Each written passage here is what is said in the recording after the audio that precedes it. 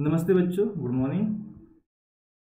और हम स्टार्ट करने जा रहे हैं इकोनॉमिक्स का लास्ट चैप्टर, जो आज कंप्लीट कर देंगे 2 लेक्चर्स में या 3 लेक्चर्स में एक साथ अपलोड करके। उसके बाद हम एक स्टार्ट करने वाले हैं अकाउंट्स या बीके। ठीक है, चलो फिर स्टार्ट करते हैं। 1 second. Okay, so chapter name is foreign trade in India. I hope foreign तो आपको पता ही होगा, यानी विदेशी लोगों से या विदेशी देशों से व्यापार इंडिया का, यानी इंडिया का व्यापार विदेशियों या बाहरी देशों से, दूसरे देशों से, अदर कंट्रीज के साथ कैसी है, इस चैप्टर में हम समझने वाले हैं। ठीक है, उसके पहले कुछ हिस्ट्री और बैकग्राउंड देख लेते हैं।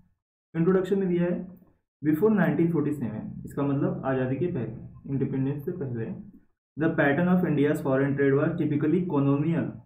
कॉलोनियल का मतलब होता है कि हम क्योंकि हम पे अंग्रेज राज कर रहे थे, हमें ब्रिटिशर्स राज कर रहे थे, तो उनके अधीन था सब कुछ, यानी पूरा व्यापार भी वही कंट्रोल करते थे। कैसे? India was the supplier of raw material to the industrialised nations, particularly England, and importer of manufactured goods. क्या लिखा है देखो, India was the supplier of raw material. Supplier यानी कि एक्सपोर्ट करता था इंडिया, यानी जो अंग्रेज थे तो क्या करते थे, यहाँ से रॉ मटेरियल इंडिया से कपास बोल सकते हो, यानी कॉटन वगैरह और बहुत सारी चीज़ें वो यहाँ से लेके जाते थे। कहाँ? इंग्लैंड में, और वहाँ के आसपास के लोगों में उसको मतलब डिस्ट्रीब्यूट करते थे वहाँ के आसपास के देशों में। और इम्पोर्टर था मैन्युफैक्चर्ड गुड्स का, और इंडिया में क्या आता था, वहाँ से बनकर प्रोडक्ट्स यहाँ पे आते थे। कहने का मतलब है कि इंडिया से 10 रुपये की चीज़ ले जाते थे, उसी 10 रुपये को अदर तरीके से मैन्युफैक्चर करके वो यहाँ पर 100 रुपये में बेचते थे, इंडिया में वापस लाके, यानी हमारा ही सामान हमें ही महंगा करके बेचते थे, प्रोसेसिंग करते थे। जैसे आप समझ लो कि टोमेटो केचप मिलता है, तो यहाँ से समझ लो एग्जाम्पल, टोमेटो लेके जाते थे, टमाटर लेके जाते थे वो, और वहाँ पे केचप बना के वापस लाके हमको 100 रुपये में बेचते थे। इस तरह से इंग्लैंड या ब्रिटिशर्स जिन्होंने हम पे राज किया है, वो इस तरह से काम करते थे, और इसीलिए वो बहुत पैसे कमाते थे। This dependence on foreign trade did not permit industrialisation at home. और इस तरह से अंग्रेज इंडिया में मैन्युफैक्चरिंग जितने भी यूनिट्स थी लगभग उनको बंद ही कर दिया था उन्होंने, यानी इंडिया में मैन्युफैक्चरिंग करना एक तरह से लगभग नामुमकिन था।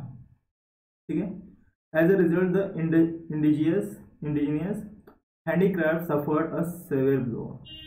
इसका मतलब ये है कि जो घरेलू लोग थे जो बिजनेस करते थे, क्योंकि पहले मशीनें नहीं थी तो सब कुछ काम हाथों से होता था। हैंडीक्राफ्ट का मतलब है बहुत सारे काम जो हाथ से होते थे, मैन्युफैक्चरिंग जो हाथ से होती थी, वो बहुत ही दिक्कत से गुजरते थे, क्योंकि मैन्युफैक्चरिंग करने नहीं मिलता था, कोई भी चीज़ बनाने के लिए नहीं मिलता था उन्हें, ना रॉ मटेरियल मिलता था, ना बनाने दिया जाता था।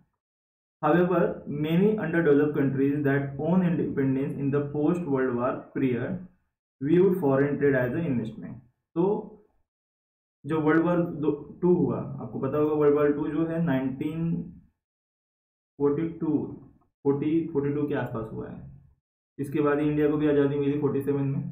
तो post world war second period मतलब विश्व युद्ध द्वितीय विश्व युद्ध के बाद जिन भी देशों ने आज़ादी पाई, उन्होंने क्या किसके ऊपर ध्यान दिया? फॉरेन ट्रेड पे ध्यान दिया, फॉरेन ट्रेड इन्वेस्टमेंट्स पे ध्यान दिया।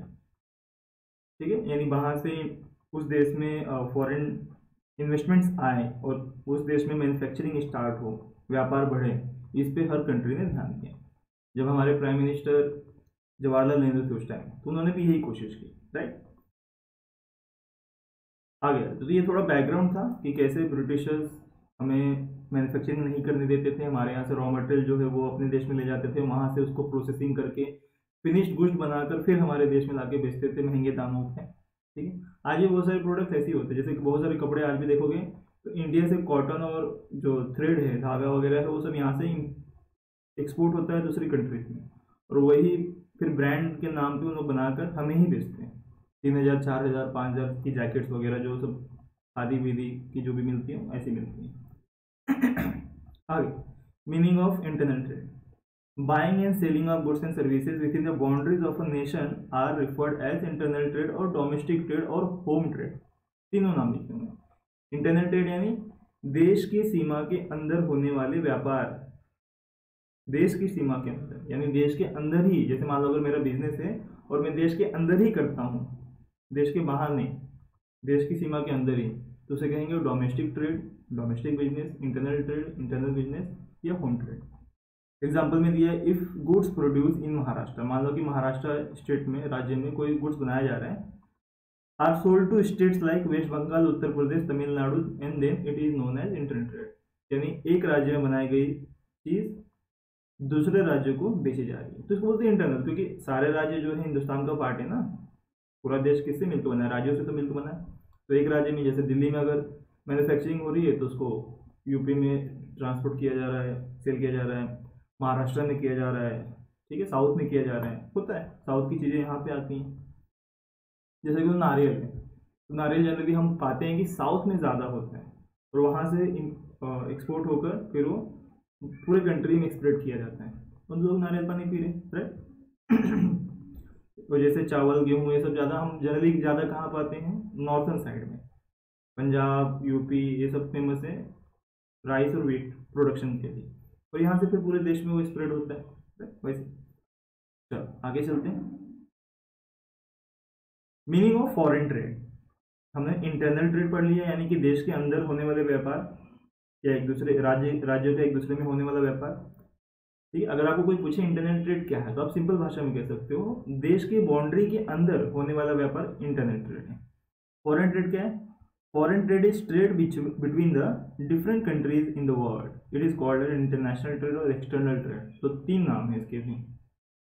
पहली बात तो फॉरेन ट्रेड क्या है, एक देश का दूसरे देश से होने वाला व्यापार, सिंपल भाषा में। इंडिया चाइना से कोई लेन देन कर रहा है, चाहे सामान बेच रहा है यानी एक्सपोर्ट कर रहा है, या सामान मंगा रहा है, इंपोर्ट कर रहा है, आयात कर रहा हो या निर्यात कर रहा हो, अगर लेन देन हो रही है तो उसको कहते हैं फॉरेन ट्रेड। दूसरी भाषा में उसे कहते हैं इंटरनेशनल ट्रेड यानी अंतर्राष्ट्रीय व्यापार, और एक्सटर्नल ट्रेड भी कह सकते हैं।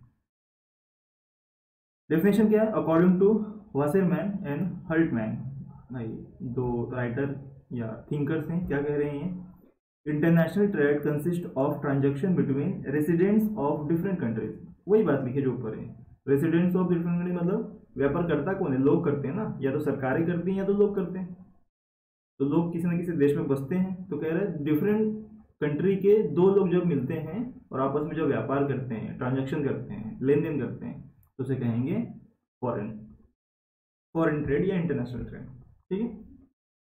आगे चलते हैं। टाइप्स ऑफ फॉरेन ट्रेड बहुत सिंपल है, तीन तरह के होते हैं जनरली, हम इंपोर्ट एक्सपोर्ट सुनते हैं, एक इंटरपोर्ट भी है, ये भी हम जानते हैं, बस नाम नहीं पता हमें, राइट। इंपोर्ट ट्रेड क्या है, import trade refers to purchase of goods and services by country from another country और inflow of goods and services from foreign country at home country, for example India import petroleum from Iraq, Kuwait, Saudi Arabia etcetera. Import यानी किसी और देश से हमारे देश में सामान मंगाया गया, यानी हमने खरीदा, हमने एज ए इंडिया ने किसी और देशों से गुड्स खरीदे, तो बोलते हैं इंपोर्ट। क्या बोलते हैं इसको, इंपोर्ट, यानी हिंदी में कहेंगे आयात, सामान आया, ठीक है। जैसे यहाँ पे एग्जांपल भी है कि इंडिया पेट्रोलियम जो है, इंडिया जनरली बाहर देशों से खरीदता है, क्योंकि इंडिया में लगभग ना के बराबर है, तो इराक से हम पेट्रोल लेते हैं, पेट्रोलियम लेते हैं, कुवैत से लेते हैं, सऊदी अरबिया से लेते हैं, ठीक है, इन सब देशों से हम जनरली लेते हैं। Export trade, export trade refers to the sale of goods by one country to another country और outflow of goods from one country to foreign country, simple. Import का ठीक उल्टा, निर्यात, हमारे देश से अगर इंडिया में है हम, तो इंडिया की बात करें तो इंडिया दूसरे देशों को जो सामान बेचता है, जैसे हम चीनी बेचते हैं, हम कॉटन बेचते हैं, हम व्हीट बेचते हैं, ठीक है, गेहूँ भी हम बेचते हैं, क्योंकि ये सब हमारे यहाँ सरप्लस में होता है, सरप्लस यानी एक्स्ट्रा होता है, तो हम इसका एक्सपोर्ट करते हैं, हम बेचते हैं, ठीक है। एग्जाम्पल लिखा हुआ है, for example India exports tea, right, tea, rice, jute यानी कपास, to China, Hong Kong, Singapore etcetera. तो इन देशों को देखो हम क्या करते हैं, ये सब सामान जो है भेजते हैं यानी बेचते हैं, ठीक है, तो बोलेंगे एक्सपोर्ट ट्रेड। इंटरपोर्ट ट्रेड क्या है, very simple, entrepot trade refers to purchase of goods and services from one country and sell them to another country after some processing operation. ये सिंपल व्यापार की तरह है। व्यापार में क्या होता है, जो व्यापारी होते हैं वो एक जगह से सामान लेते हैं और किसी और को बेच देते हैं। जैसे होलसेलर, होलसेलर के नाम तो सुने होंगे। होलसेलर क्या करता है, मैन्युफैक्चरर से गुड्स लेता है और उसे किसे बेच देता है, रिटेलर। फिर रिटेलर भी क्या करता है, होलसेलर से ले रहा है और किसको बेच देता है, कंज्यूमर को। तो ये व्यापारियों की तरह बात हो रही है कि एक देश जो है वो किसी और देश से सामान ले रहा है और उसमें थोड़ा सा प्रोसेसिंग करके यानी थोड़ा सा चेंजेस करके उसको किसी और देश को बेच दे रहे हैं। ठीक है, जनरली हम इस चीज़ को कहेंगे रॉ मटेरियल। यानी एक देश है, जैसे हमारे यहाँ देखो इलेक्ट्रॉनिक, इंडिया में जनरली इलेक्ट्रॉनिक गुड्स जितने भी बनाए जाते हैं अगर इंडियन मेड हैं, लेकिन तो उसके पार्ट्स जो है ना हम दूसरे देशों से लेते हैं। जैसे हम चाइना से बहुत ज़्यादा इलेक्ट्रॉनिक पार्ट्स मंगाते हैं, जापान से हम मंगाते हैं थोड़े बहुत, तो वहाँ से इलेक्ट्रॉनिक पार्ट्स मंगाकर हम क्या करते हैं, इंडिया में बनाकर उसे फिर दूसरे देशों में बेच सकते हैं या बेचते हैं। ठीक ना, समझ गया आई होप। यानी एक देश से सामान लेना और उसमें थोड़ा सा चेंजेस करके, प्रोसेसिंग करके या कुछ भी चेंजेस करके, जो भी अपना नाम टैग, बहुत मतलब एक चीज़ और होती है, जैसे बहुत सारी चीज़ें ना असेंबल की जाती हैं। जैसे मान लो फैन है, तो हो सकता है मैं फ़ैन की पत्ती जो है जापान से मंगा लो, तो जो मोटर है वो चाइना से मंगा लो, पेंट जो है कहीं और से मंगा लो जो ऊपर कलर किया होता है, समझ रहे हो, और उसको यहाँ पे इंडिया में प्रोसेसिंग का मतलब कि हम इंडिया में इसको जोड़ लेंगे, असेंबल कर लेंगे, असेंबल करके फिर हम किसी और देशों को बेचेंगे। तो बोलते हैं इंटरपोर्ट ट्रेड, एक देश से लेकर दूसरे देश को थोड़ा सा चेंजेस करके बेच देना। चलो आगे चलते हैं। रोल ऑफ फॉरेन ट्रेड क्या है? Trade is an engine of growth of an economy because it plays an important role for economic development in developed countries. It represent a significant share of gross domestic product. Yes भाई, बिना व्यापार के कुछ नहीं हो सकता। जैसे आप अगर इमेजिन करो कि आप अकेले ही अपनी लाइफ में या अपनी लाइफ को पूरी तरह से नहीं चला सकते, आपकी जो पूरी लाइफ चल रही है वो आपके माँ बाप, भाई बहन, गली में जो दुकान वाला है उसकी वजह से, बाहर जो शॉपिंग मॉल है उसकी वजह से, इवन जो आपकी सरकार है उन सब की वजह से, यानी हम सब एक दूसरे की वजह से चल रहे हैं।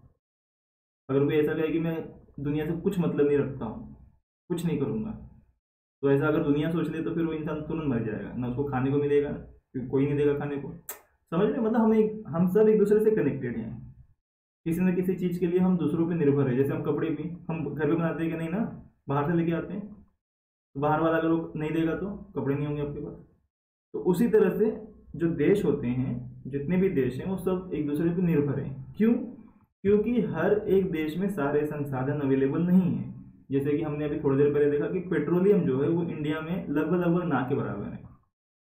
तो अगर हम ये कहेंगे नहीं हम बाहर देश से कुछ नहीं खरीदेंगे, सब अपने देश के बनाएंगे, तो पॉसिबल नहीं है, क्योंकि हमारे देश में सब कुछ नहीं है।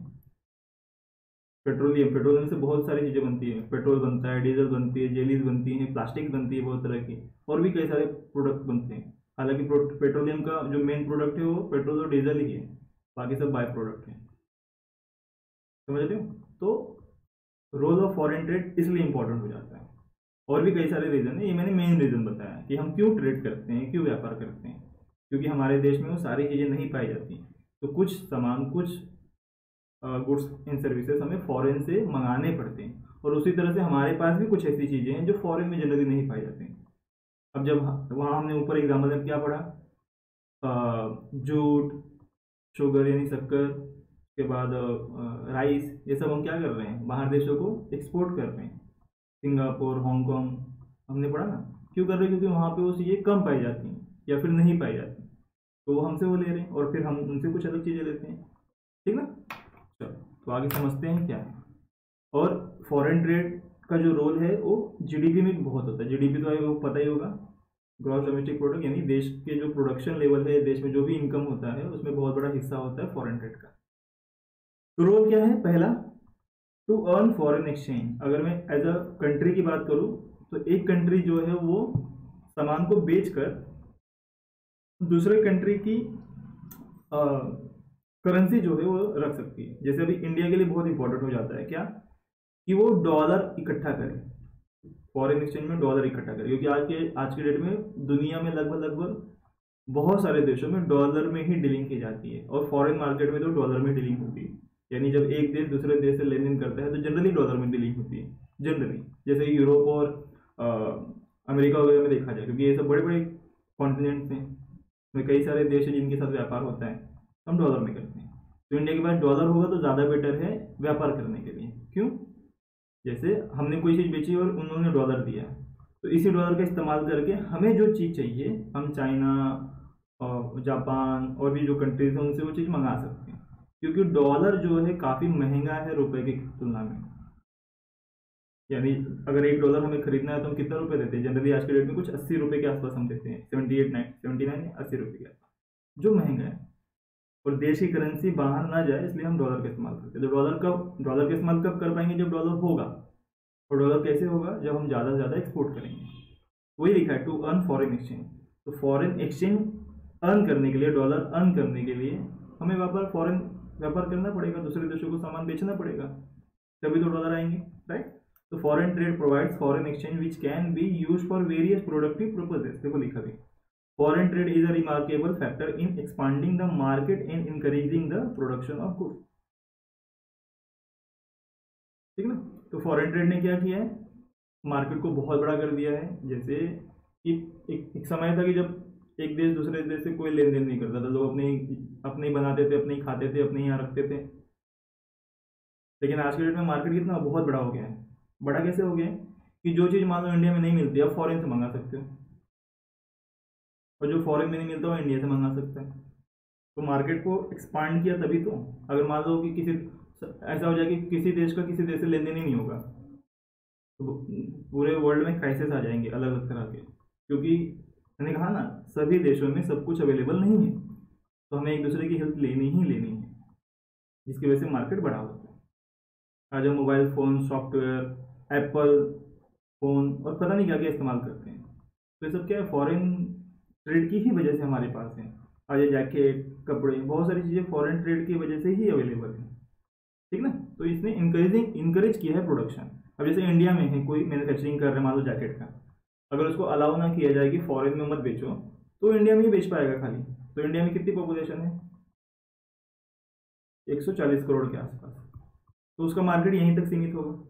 लेकिन अगर उसके लिए फॉरेन ट्रेड खोल दिया जाता है तो उसका मार्केट एक्सपांड होगा ना। उसका मार्केट एक्सपांड होगा तो प्रोडक्शन भी एक्सपांड होगा, क्योंकि फॉरेन ट्रेड खोल दिया जाता है मतलब पूरी दुनिया में सप्लाई कर सकता है। उसको अलाउ कर दिया जाए तो पूरी दुनिया में लगभग 800 करोड़ लोग हैं। कितने लोग हैं? 800 करोड़ लोग। तो 800 करोड़ लोगों तक वो अपना प्रोडक्ट पहुंचा सकता है, यानी प्रोडक्शन को बढ़ा सकता है, मार्केट को कैप्चर कर सकता है। ठीक है। सेकेंड पॉइंट है इनकरेजेस इन्वेस्टमेंट। यस, हमने अभी थोड़ी देर पहले इंट्रोडक्शन में यही पढ़ा था कि वर्ल्ड वार, द्वितीय विश्व युद्ध के बाद, वर्ल्ड वार सेकंड के बाद बहुत सारे देशों ने जो आज़ाद हो गए उन्होंने क्या किया?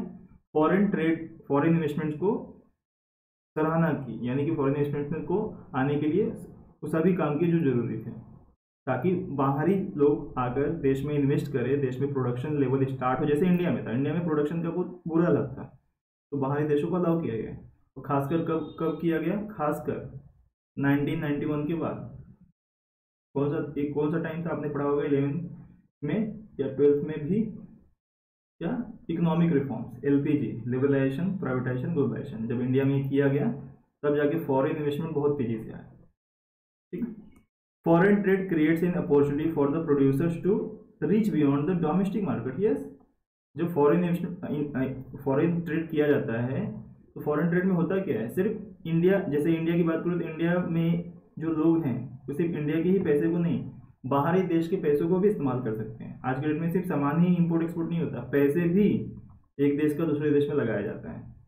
एक सरकार दूसरे देश की सरकारों में लगाती है, एक देश का व्यापारी दूसरे देश के व्यापार में लगाता है, होता है ना। आज हमारे यहाँ पे बहुत सारी मैन्युफैक्चरिंग यूनिट ओपन की जाती है, अलग अलग कारों की मैन्युफैक्चरिंग यूनिट है जो हमारे देश में है ही नहीं, बहुत सारे मोबाइल फोन्स की मैन्युफैक्चरिंग यूनिट है जो हमारे देश की कंपनी है ही नहीं।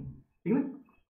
It encourages them to produce more goods for export. Yes, मैंने अभी थोड़ी देर पहले कहा कि मार्केट ओपन कर दिया गया है 140 करोड़ से 800 करोड़ के लिए, तो उसको क्या होगा? इंकरेजमेंट ही होगा, यानी कि उसके लिए मार्केट बड़ा हो गया, 800 करोड़ तक लोगों को तक सामान पहुंचाना है तो ज़्यादा प्रोडक्शन करेगा।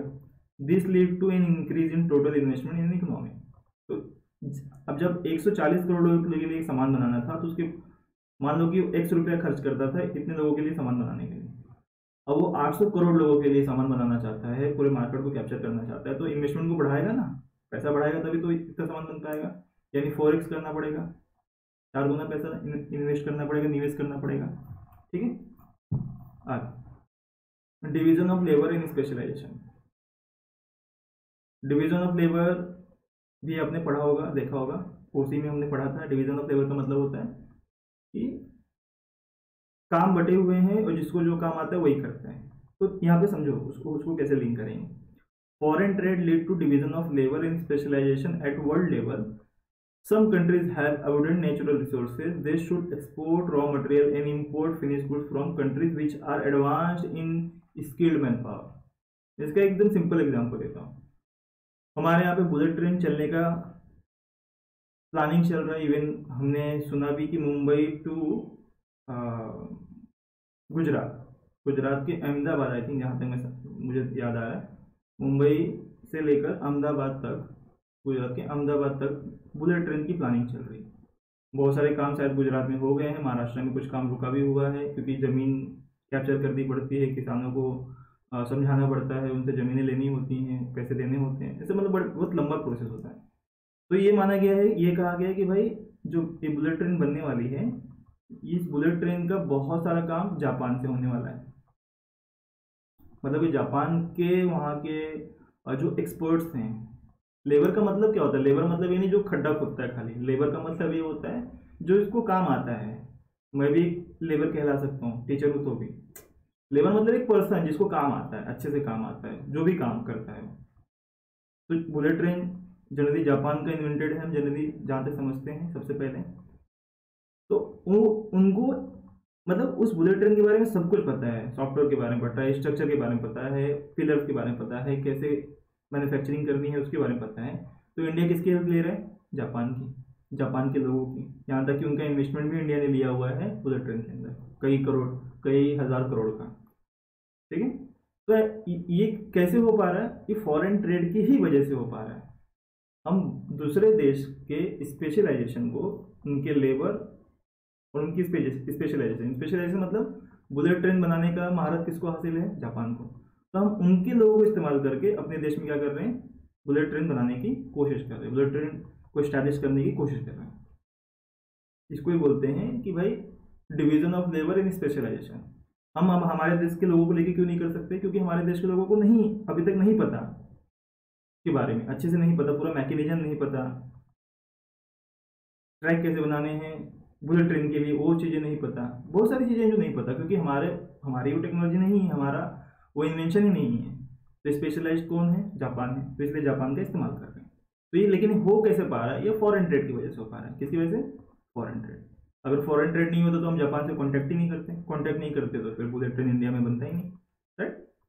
दस foreign trade gives benefit of all countries they are leading of division of labour and specialisation. वही लिखा है भाई, फॉरेन ट्रेड की ही वजह से हम दूसरे देशों की अच्छी चीज़ें भी अपना सकते हैं। आज इंडिया में आप जो ये मोबाइल फ़ोन देख रहे हो, ये इसका कारण भी फॉरेन ट्रेड ही है। वरना मैं जहाँ तक समझता हूँ इंडिया में अभी तक कोई ऐसी लीडिंग कंपनी नहीं बनी है मोबाइल में जो बहुत अच्छा सॉफ्टवेयर और बहुत अच्छा एक हैंडसेट दे पाए कम दाम में। बहुत लोगों ने कोशिश की लेकिन नहीं कर पा रहे हैं, क्योंकि इंडिया के पास शायद वो रिसोर्सेज ही अवेलेबल नहीं है। इसके पार्ट्स भी बाहर से मंगाने पड़ते हैं। अगर इंडिया में मोबाइल बनाया जा रहा है तो हम जनरली आज जिसको भी देखो एप्पल फ़ोन खरीदना चाहते हैं। एप्पल फ़ोन कहाँ का है? एप्पल मैक कंपनी जो है वो कहाँ की है? फॉरेन की है, अमेरिका की है ना। माइक्रोसॉफ्ट जो हम यूज़ करते हैं जनरली लैपटॉप के अंदर, वो कहाँ का है? फॉरेन के। तो क्यों इस्तेमाल कर रहे हैं? क्योंकि वहाँ की चीज़ें ज़्यादा बेटर हैं, वहाँ के लेबल्स ज़्यादा बेटर हैं, स्पेशलाइज हैं, राइट। बस यही बात है। और ये सब हमारे हाथ में क्यों आ पाया है? Because of foreign trade. अगर विदेशी व्यापार नहीं होता तो आज हमारे हाथ में ये मोबाइल नहीं होता, हम अभी भी कोई कीपैड वाला मोबाइल चला रहे होते जैसे 90s में हम चलाते थे।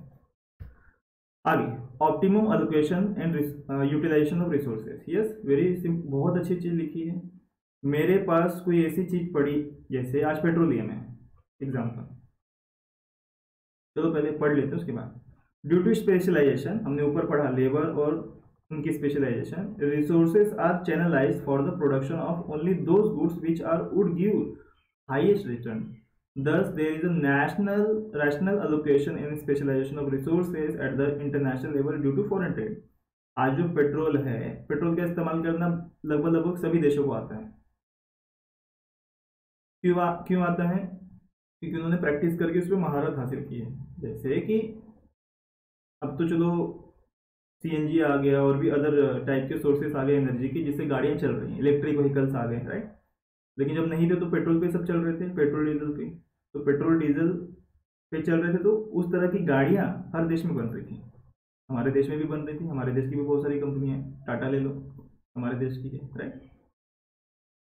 तो ऑप्टिमम यूटिलाइजेशन ऑफ रिसोर्स का मतलब है जहां पेट्रोल मान लो रशिया, कुवैत, सिर्फ इन देशों में पाया जाता है, वहां से वो पेट्रोल लाकर इंडिया में भी इस्तेमाल हो रहा है। तो कहने का मतलब ये है, फॉरेन ट्रेड से ये हुआ है कि कोई चीज़ जहाँ पे सिर्फ रखी हुई है वहाँ से उठाकर हम उसको यूज़ कर सकते हैं दूसरे देशों में। जैसे पेट्रोल है, तो पेट्रोल वहाँ पे बहुत ज़्यादा है ना, वहाँ के लोग इस्तेमाल करने के बाद भी बहुत बच रहे हैं, तो उसको लाकर हम इंडिया में क्या कर रहे हैं। सिर्फ इंडिया में नहीं, चाइना ले लो, पाकिस्तान ले लो, बांग्लादेश ले लो, पूरा वर्ल्ड ही पेट्रोल पे चल रहा था कुछ समय पहले, राइट। तो उसको बोलते हैं ऑप्टिमम एलोकेशन, यानी कि एक सामान को सही जगह पहुंचाना, सही जगह इस्तेमाल करवाना, ये भी फॉरेन ट्रेड करवाता है, ठीक है। अगला, stability in price level, foreign trade helps to keep demand and supply position stable, in turn stabilises the price level in the economy. अगर आपने मैक्रो इकोनॉमिक्स का नेशनल इनकम चैप्टर पढ़ा होगा, ठीक है, तो उसमें आपने पाया होगा, वहाँ पे भी एक पॉइंट था, प्राइस लेवल स्टेबलाइजेशन, यानी प्राइस का सामान्य किस तरह। ये इसलिए हो पाता है क्योंकि हर जगह बहुत कंपटीशन है, हर देश कुछ ना कुछ बेचना खरीदना चाहता है, किसी के पास मोनोपोली नहीं है लगभग किसी भी चीज़ की। मोनोपोली यानी कि एक ही चीज़, एक ही, जैसे अभी जैकेट है तो एक ही कंपनी नहीं बनाती, या एक ही देश नहीं बनाता, बहुत सारे देश बनाते हैं, और वो सारे देश मिलके मान लेते हैं इंडिया में सेल करते हैं। इंडिया में सिर्फ एक ही देश का जैकेट नहीं आता है, बहुत सारे देशों के कंपनियों के जैकेट आते हैं। इससे क्या होता है, प्राइस बना रहता है, लेवल रहता है। अगर सिर्फ एक ही पूरे दुनिया में एक ही कंपनी होती, एक ही देश होता जो जैकेट बना रहा है, तो फिर तो मनमाना प्राइस लेता है ना, मतलब वो अपने मन का प्राइस लेगा, क्योंकि जैकेट तो ज़रूरी है, फिर लोगों को मजबूरी में उतने में खरीदना पड़ता है। लेकिन अभी क्या है, प्राइस स्टेबिलिटी है। क्यों? क्योंकि हमारे लिए पूरा मार्केट ओपन है। जैसे हम बाजार जाते हैं, चलो सिंपल, एकदम सिंपल कर देता हूँ, हम बाजार जाते हैं कपड़ा लेने के लिए, तो हम एक ही दुकान पाते हैं क्या वहाँ पर? नहीं, वहाँ पे और 10 दुकानें होती हैं। अगर एक दुकान में हमें लगता है बहुत ज़्यादा भाव है, तो हम क्या करते हैं, वहाँ से निकल लेते हैं, कट लेते हैं, हाँ मतलब चले जाते हैं, फिर दूसरे दुकान में देखते हैं, वहाँ भी पसंद नहीं आता, तीसरे दुकान में देखते हैं, भाव ताव करते हैं ना। ऐसे ही देशों में भी होता है, क्योंकि हर देश कुछ ना कुछ सेम चीज़ें बना रहा है, तो उन सेम चीज़ों में जो हमारा प्राइस लेवल है वो हमेशा स्टेबल रहता है, यानी सामान्य रहता है। क्यों? क्योंकि अगर वो कोई देश अगर अपने प्रोडक्ट को महंगा कर देता है तो बाकी देश उसके साथ व्यापार नहीं करेंगे, वो तो कहीं और जाके खरीदेंगे। तो इसलिए प्राइस हमेशा लेवल पे रहता है, कोई देश महंगा नहीं करता है कोई भी चीज़, वो कोशिश करता है उल्टा सस्ता करो। जैसे दुकानदार वाले सोचते हैं कि मेरे यहाँ जितना सस्ता होगा ग्राहक उतना ज़्यादा आके लेगा, वैसे देशों के बीच में भी होता है, ठीक ना। Availability of multiple choices, yes, जैसे अभी थोड़ी देर पहले एग्जांपल दिया, एकदम बेस्ट है ये यहाँ पे, अवेलेबिलिटी ऑफ मल्टीपल चॉइसेस। अगर एक देश नाटक कर रहा है, सामान नहीं दे रहा है, तो हम दूसरे देश से ले लेंगे, तीसरे देश से ले लेंगे, चौथे देश से ले लेंगे। अभी कुछ दिन पहले हुआ भी था, इंडिया ने बहुत सारा जो सामान है, पेट्रोल तक भी किससे लिया? रशिया से लिया। बीच में इंडिया ने, जब यूक्रेन वर्ल्ड वार स्टार्ट हुआ था, आपको याद होगा, तो 1 साल हो गया लगभग यूक्रेन वर्ल्ड वार स्टार्ट हो गए, तो किसे लिया? रशिया से, वो भी बहुत सस्ते दामों पे, क्योंकि रशिया को चाहिए था पैसा वार करने के लिए, मे भी सुनने में जो है यही है, तो इंडिया को वो सस्ते मिला, क्योंकि बाकी देश महंगा दे रहे थे, तो इंडिया ने वहाँ से ले लिया। तो multiple choices, foreign trade provides multiple choices of imported goods, yes, imported यानी जो सामान हमें चाहिए। पेट्रोल हमारे यहाँ नहीं होता, हमें पेट्रोल चाहिए और सस्ते दामों पे चाहिए, क्योंकि अभी भी बहुत सारी चीज़ें पेट्रोल पे चल रही हैं, सब कुछ इलेक्ट्रीफाइड नहीं हुआ है, सारी गाड़ी इलेक्ट्रिक व्हीकल नहीं बनी है, तो हमें बहुत ज़रूरत है ना पेट्रोल का, तो इंडिया को मौका मिला तो हमने ले लिया। ऐसे ही दिल्ली मुंबई में जहाँ बहुत सस्ते सस्ते बाजार होते हैं, जैसे दिल्ली में बहुत सारे सस्ते बाजार हैं, तो हम बाजारों में जाके लेते हैं, कपड़े वपड़े तो हमें बहुत इजीली मिल जाते हैं, right. As foreign trade is highly competitive in also ensure a good quality and standard products, this raises the standard of living of people. Yes, competition, यही तो मेन पॉइंट है। बहुत सारे देश लोग सेम प्रोडक्ट बना रहे हैं, कपड़े जैसे बहुत सारे देश बना रहे हैं, गाड़ियां बना रहे हैं, घड़ियां बना रहे हैं, खाने पीने की चीज़ें बना रहे हैं, तो कंपटीशन है ना। और कंपटीशन में हमेशा क्या होता है, एक इंसान, एक कंपनी वाला दूसरी कंपनी से ऊपर जाने की कोशिश करता है, जिसके लिए वो क्या करता है, क्वालिटी इंप्रूव करता है, प्राइस कम से कम रखने की कोशिश करता है। तो जब एक कंपनी ऐसी करती है तो दूसरा वाला कंपनी वाला भी कोशिश करते हैं।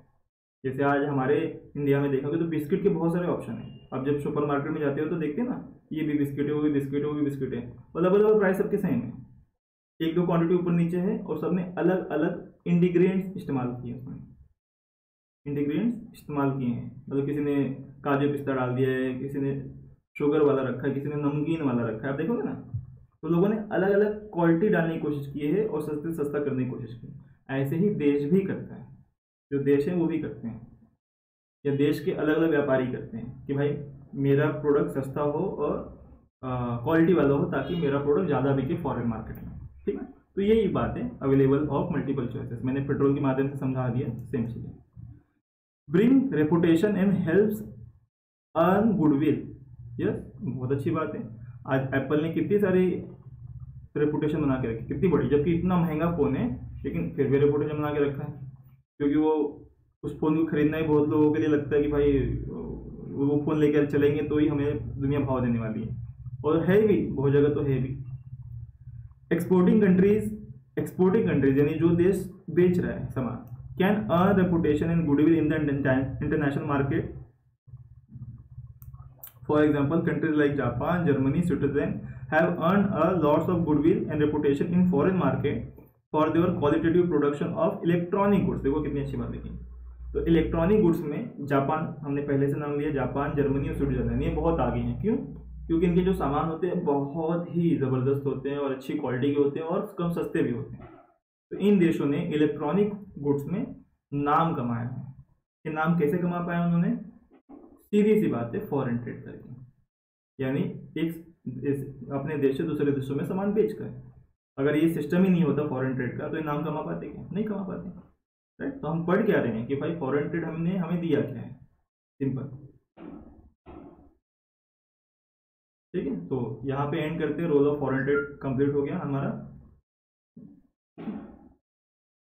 पहला क्या था उसमें, टू अर्न फॉरेन एक्सचेंज कमाने के लिए, इनकरेज इन्वेस्टमेंट लाने के लिए, division of labour in specialisation, जहाँ पे अच्छे अच्छे लेबर है उनको भी हम इंपोर्ट कर सकते हैं, मंगा सकते हैं। Optimum allocation and utilisation of resources, जो सामान, जो रिसोर्सेज, जो भी रॉ मटेरियल है जहाँ पे वेस्ट हो रहा है, उसका इस्तेमाल दूसरे देशों में किया जा सकता है। प्राइस स्टेबिलिटी, महंगाई एक सामान्य स्तर पर रहती है फॉरेन ट्रेड की वजह से। अवेलेबिलिटी ऑफ मल्टीपल चॉइसेस, क्योंकि फॉरेन ट्रेड ओपन है तो एक देश किसी भी देश के साथ व्यापार कर सकता है, या एक कंपनी बाहर की किसी भी कंपनी के साथ व्यापार कर सकती है। और फॉरेन ट्रेड करने से अगर हम अच्छा क्वालिटी प्रोडक्ट्स दे रहे हैं तो हम रेपुटेशन, सम्मान और गुडविल भी हासिल करते हैं, ठीक है। जैसे कि हमने जापान, जर्मनी और स्विट्जरलैंड का देखा इलेक्ट्रॉनिक गुड्स में। चलो, तो यहाँ पे लेक्चर एंड करते, काफ़ी शायद लंबा भी हो गया। अगले लेक्चर में पढ़ेंगे composition and direction of foreign trade. चलो, thank you, have a good day.